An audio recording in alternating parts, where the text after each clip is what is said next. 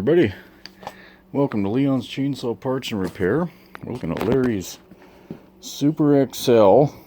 This would be one of their old blue or limited editions. I guess this one would be closest to an old blue, even though it's not stating that on the cover. Homelite had a whole run of these saws in the 90s. This one, let's see, an R, what is that, 96? Yeah, I think R is 96 there. That second digit in denotes the year of the saw. So, anyhow, beautiful saw. He told me that before he sent it that it did run, that he was able to get it to fire off, and just wanted to go through everything, make sure everything was right. I've done a few minor things. The biggest of which is cleaning out all the sawdust and crap in this poor old saw. Even though it doesn't have very many hours on it, the inside of the starter and between the crankcase and the fuel tank was just packed with crap, just sawdust.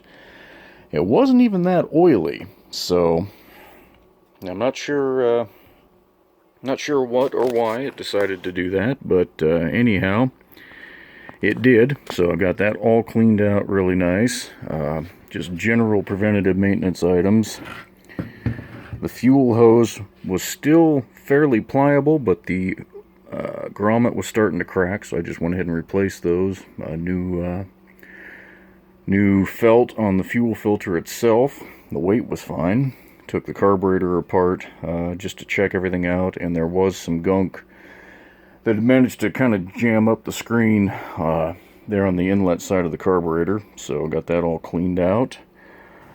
So, other than that, this saw is ready to rock and roll. You can hear it's loading up a little bit. I have it set just a little bit rich because of the fuel mix that I have. It can be adjusted on, when it gets home, fine tune it. One thing that I don't see too often, most guys have already replaced it, the high screw is still covered up right here. But if you peel this back on this Zama carburetor, there is still an adjustment slot there. So, Homelite, in an attempt to get people to not burn them up, also covered up the high-speed adjustment on this Zama carb.